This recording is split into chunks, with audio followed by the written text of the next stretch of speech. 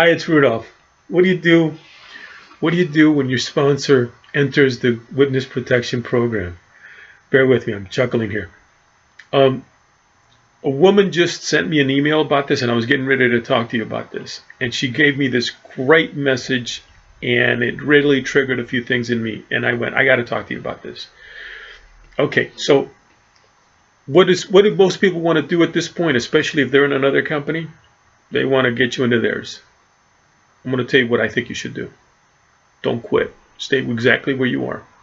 Unless that building or company burned to the ground or it's gone bankrupt, stay in it. If you've got money in it especially, you stay in there. If you've got a downline, stay in there.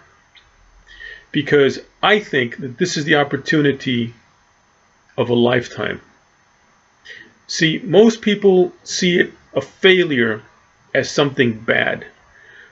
And I've learned by studying people that I admire and learning from them and apprenticing under them, that this is the part where you go, learning opportunity. So first thing, don't quit. One of my favorite people to quote is W. Clement Stone, who mentored Jack Canfield, who co-wrote Chicken Soup for the Soul. I don't want to go too far off topic, but Canfield always refers to him as an inverse paranoid. A paranoid is a person that believes that the world is out to get him. An inverse paranoid believes that the world is out to help him. Just imagine what it would be like if you and I took that same attitude. I work on it constantly so that I can remember that the world is out to help me. It's just a little change in mindset. Boom. And how you're looking at it. And you go, wait a minute. This is going to be positive. Rather than, oh my God, woe is me, the world's coming to an end. No, this is something good. So the guy or gal that sponsored you in is gone. They're somewhere in Bolivia living under assumed name. So what? You've still got to deal with this. And you still want to make your money. And you got into that company for a reason. So that person took off, no problem. First things first. And you're going to hear me say this over and over again, like a broken record. Get some training. Get some training under your belt. But I don't have the money. All right, great. You don't have the money. Let me tell you what I did when I was first starting out. And this is like even way, way, way back when. Is I found books.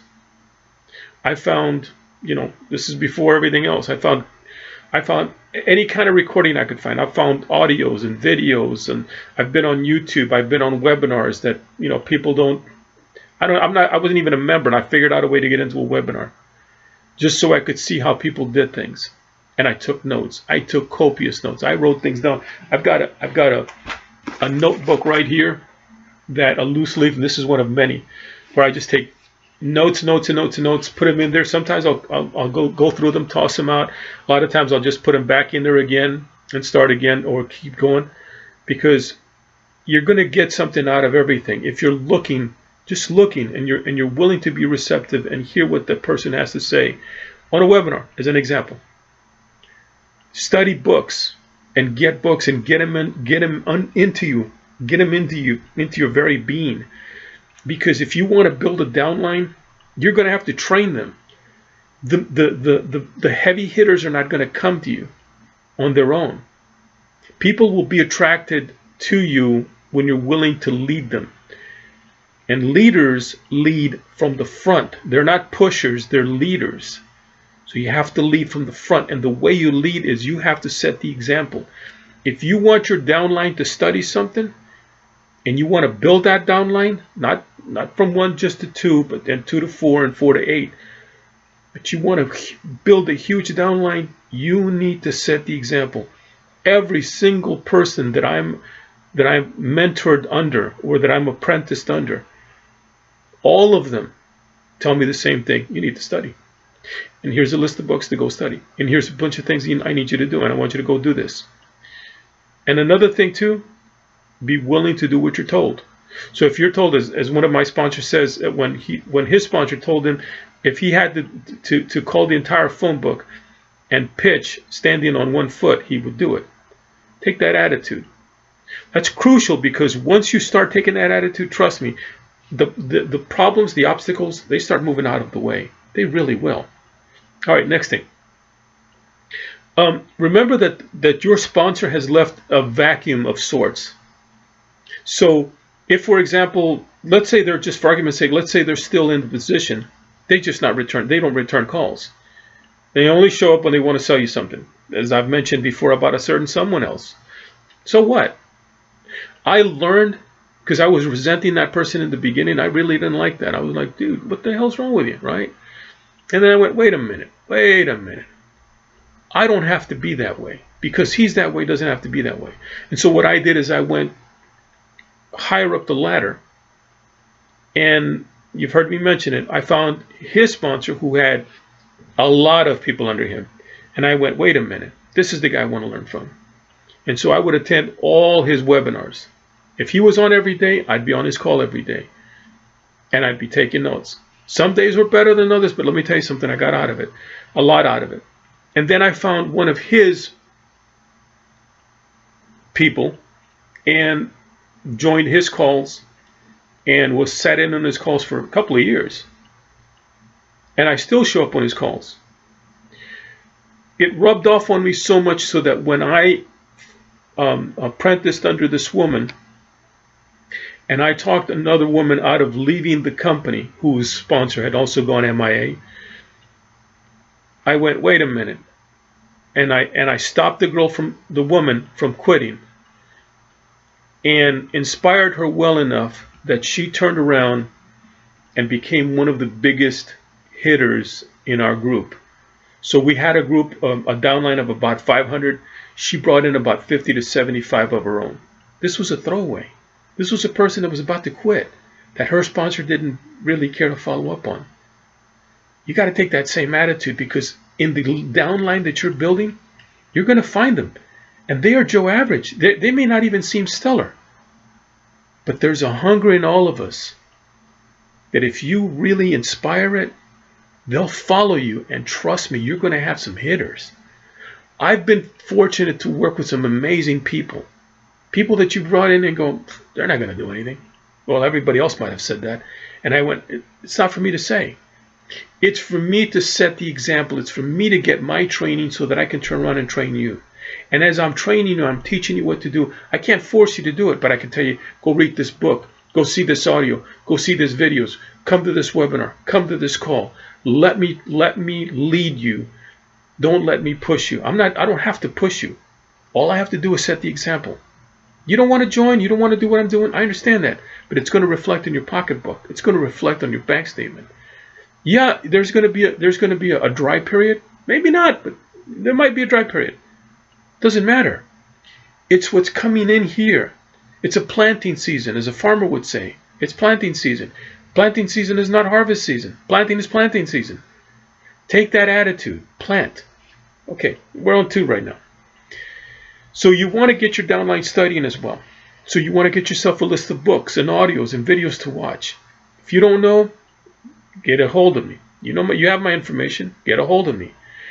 Get where you can be knowledgeable and get your downline studying. You don't have to beat them. You don't have to. I don't like that. I don't like that abuse. I don't like name calling. I don't like mistreating people. But if I can inspire you to do it, then you're going to bring in other people that are as likely inspired as you are. Like-minded attracts like-minded. Birds of a feather, that. So in building that downline, it may not look like it's moving in the beginning, but trust me, it builds and it builds and it builds and it builds and it builds.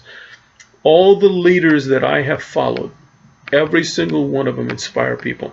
And some of them have had horrible crashes, and they've burned, and they've started again, and they've built even stronger. This is the difference. You can't quit. All right. So also, and this is an interesting one because I'm going a little bit different here. If your company has multiple products, or even if it just has one product, you need to study it. I'm going to use an example. One of my favorites is Avon. My mom sold Avon, may she rest in peace. My sister sold Avon. Actually, several of them did. What they would do is they'd get the catalog and start studying it. And they'd go through it, and they'd find a few items that they liked, and they'd become familiar with them, so that they would begin just pitching that. And as they would begin, it's almost like, okay, I'm starting to present or pitch this. Okay, so now I can expand and pitch this, and now I can expand and pitch this, and I can expand and pitch this. You become more and more comfortable with the catalog, with your product line. And the more comfortable you become with it, the easier it is to present it, the easier it is to sell it. And it gets to the point where you're not really selling, you're just presenting. You don't have to sell, you just present. Get that way. Be the leader. Do the things that you may not be comfortable doing. In the discomfort, in that, oh, I'm embarrassed to do this, you'll get better at it. To tell you the truth, I didn't really want to do audios. I didn't want to do videos. I didn't want to do calls. I've done calls since I was a kid, so the call thing is a lot easier. But it doesn't matter. I figured it's not for me. I'm doing it for my friends. I'm doing it for my downline. I'm doing it for the people I work with. Because if I want to help them, if I want to lead, if I want to coach, if I want to inspire, you can't do it from the locker room. You got to be out there on the field with them. You got to be out there on that sideline. You got to say, okay, man, let's go do this. You got to lead. So next thing, if you're saying, by the way, this isn't going to make me money, baloney. This is the part that will make you money. And Jim Rohn said it best. And at first, when I first heard this, I thought this was ridiculous. And I had to listen to this a few times before I finally got it. And he kept saying, work harder on yourself than you do on your company, on your job. And the example that I like to set is the guy who's going out there and chopping trees. One guy just goes out there. Two guys go out there and they're told to chop trees. One of them goes out there and starts chopping. The other guy takes 6 hours to sharpen his axe. Now listen carefully. His axe is so sharp that when he goes out there in 2 hours, he cuts down more than the other guy does in 8 hours. Why? Because he prepared his tools. So if that means that you have to be at work at 8 o'clock and all you've got is an hour beforehand, then you need to study for an hour. I've listened to audios in the car. When I'm working on the computer pretty much all day, I've got something playing in the background that I'm listening to. At night, I study. And sometimes when I'm done studying and I go take a break, then I'll come back and study some more. Because I like it, for one. But because I also know that it's going to contribute to you, because it's going to help you. That I'm going to be able to say something that you'll go, oh, wow, really great, I just heard that. And I understand what you're saying now, Rudolph. But here's the thing. I was listening to an audio before I started this video. And the funny part about it is, I just got something that I hadn't heard before, and I've heard that video at least 10 times, or audio at least 10 times. So, let me get ready to wrap this up. Final thing is, get with like-minded people. And what I mean with this is, create a mastermind group. A lot of people don't understand what this means. I liken it to joining like Rotary Club or Kiwanis Club. I may be a plumber, you may be a lawyer, an attorney, or whatever, but we're there to help each other. And maybe it's not the best example, but how I see it as is, if we're helping each other, and if you're telling me, you're showing me what you're doing, with you're having a problem or whatever, and you're showing me what you're doing, and I can comment on it, and then I do the same thing. We help each other. We're not there to sell each other's products.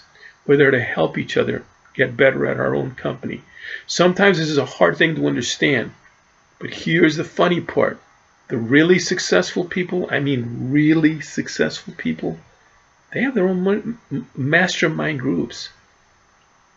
So learn from the example. Don't do what broke people are doing. That doesn't do you any good.